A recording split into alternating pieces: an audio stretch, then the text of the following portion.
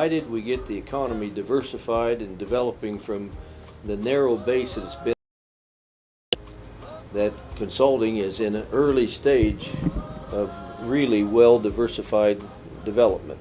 What it depends on is two things. One is the oil price and revenues stay down. It will force the economy to change. And as it forces the economy to change, government itself is going to have to divest itself of many of the businesses because it can no longer afford to keep them.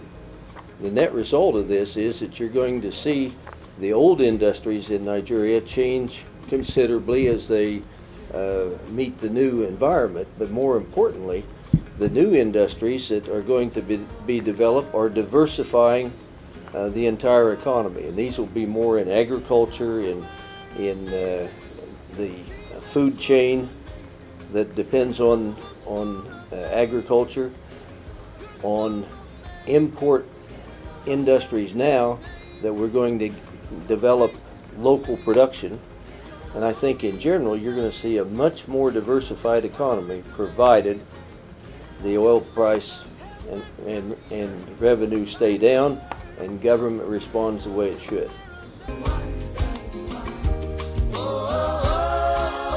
The number one thing is to get the right people, to train them the right way, to coach them on the job and develop them with experiences from experienced people, and then get out of the way in the sense of having them develop as early as they can, sort of thing.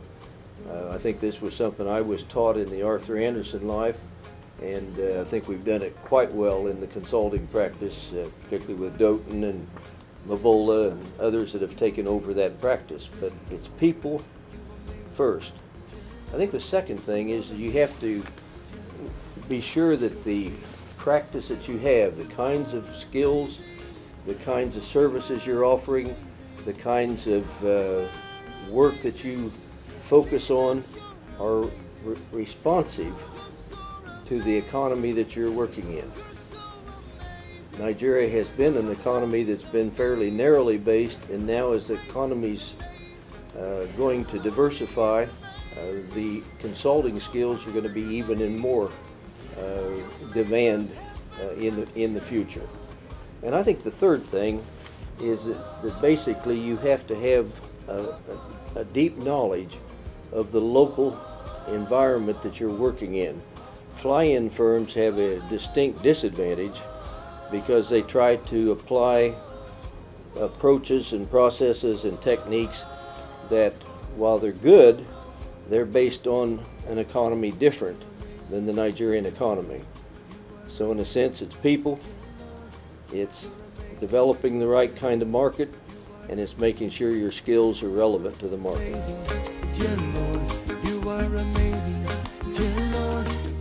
I think the alumni, both of Arthur Andersen and of Accenture, have demonstrated as they leave the firms that they are very highly regarded in industry, and they end up being leaders very quickly in anything that they go into. Now they also, from the standpoint of any consulting firm, the alumni are probably the most important salespeople.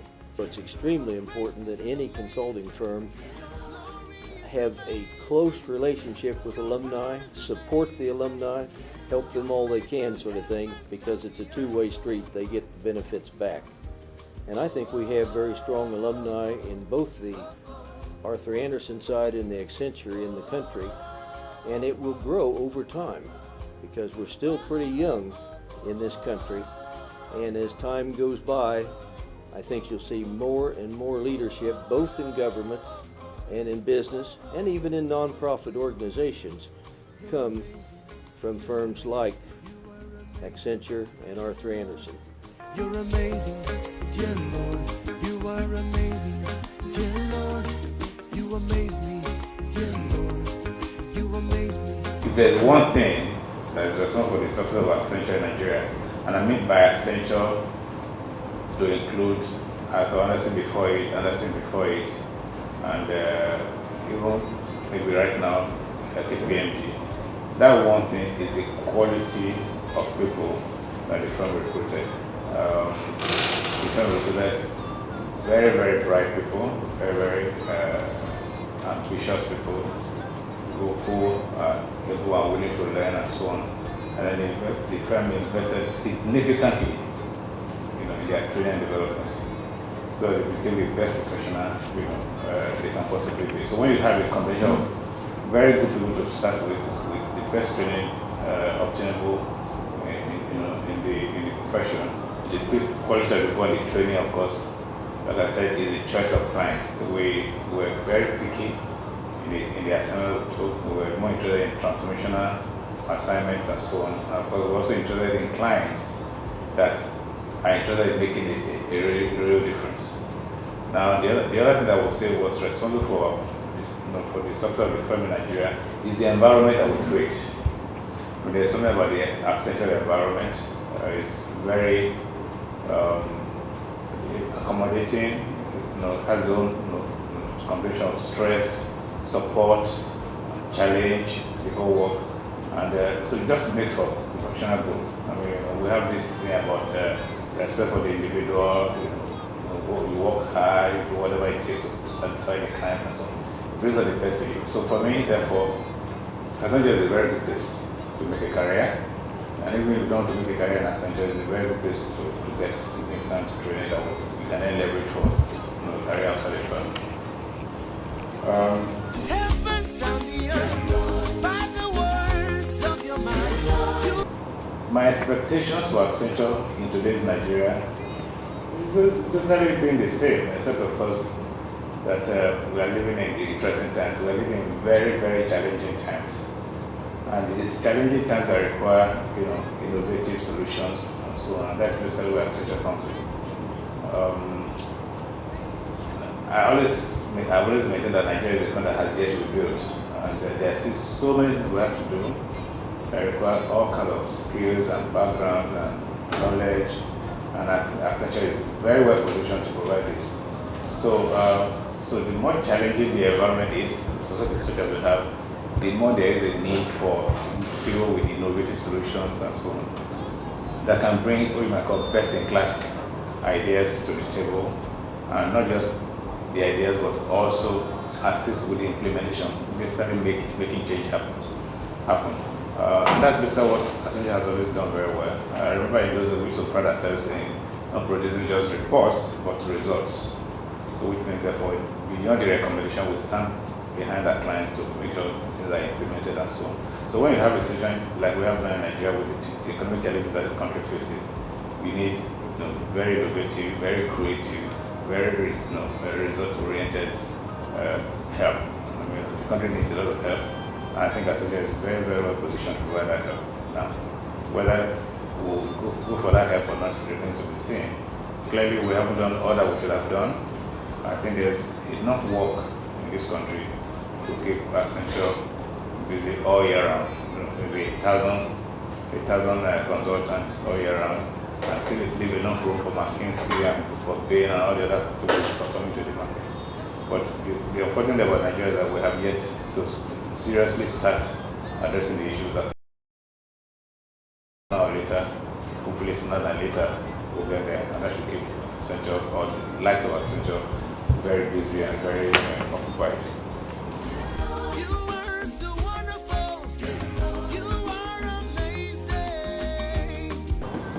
My advice to Accenture people is basically work hard and work smart. And that's basically been the success, the secret to the success of Accenture.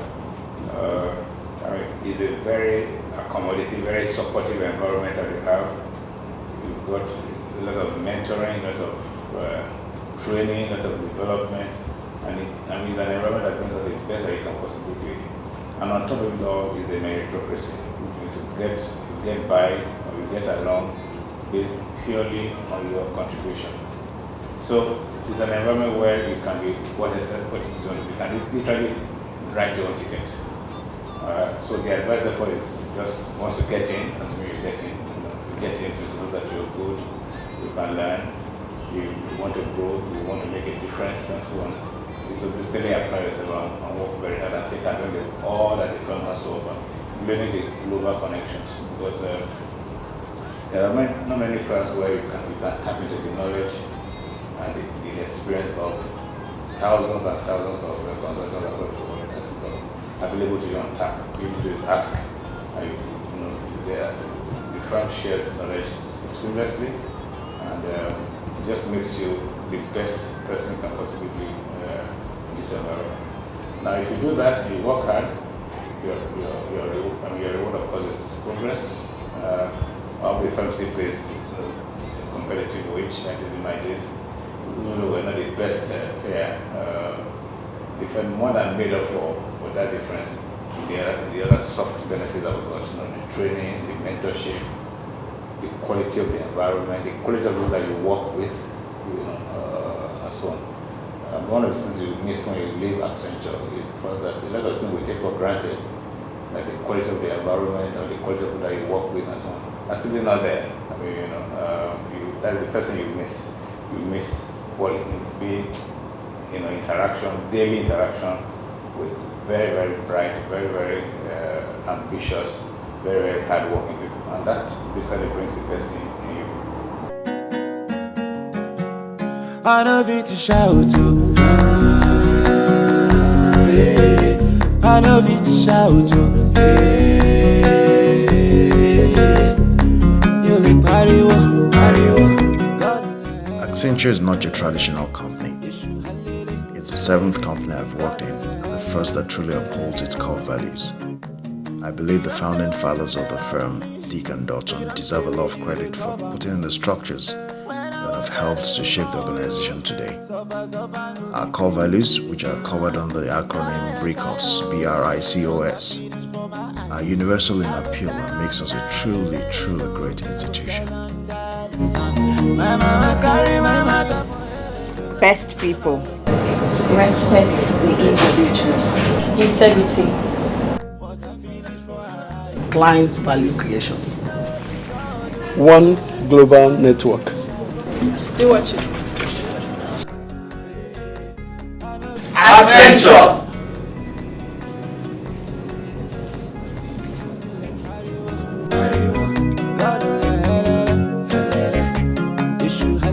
Tunde should continue to be who he is, okay? And Tunde, especially now that I see that he has a lot of ideas coming up now that he's gone beyond proving his mettle. So he's now at a stage in his life where he's asking himself questions like, okay, so what do I really want to do? Where do I think I make the most contribution? And what do I really want to get out of the next 5 years, 10 years? So I think my biggest advice to him would be to be very clear on the essence of who he is and what he wants to accomplish, and to follow it. Because ultimately, that's all we have. Ultimately, when you're 70 and 80, you look backwards. It's not really how much money you made over the time or the roles and titles that you had. It's whether you are happy with what you have contributed, whatever that sphere of contribution ends up to be. So that's my advice to him. And of course, I need hardly say it because Tunde will be who Tunde is anyway.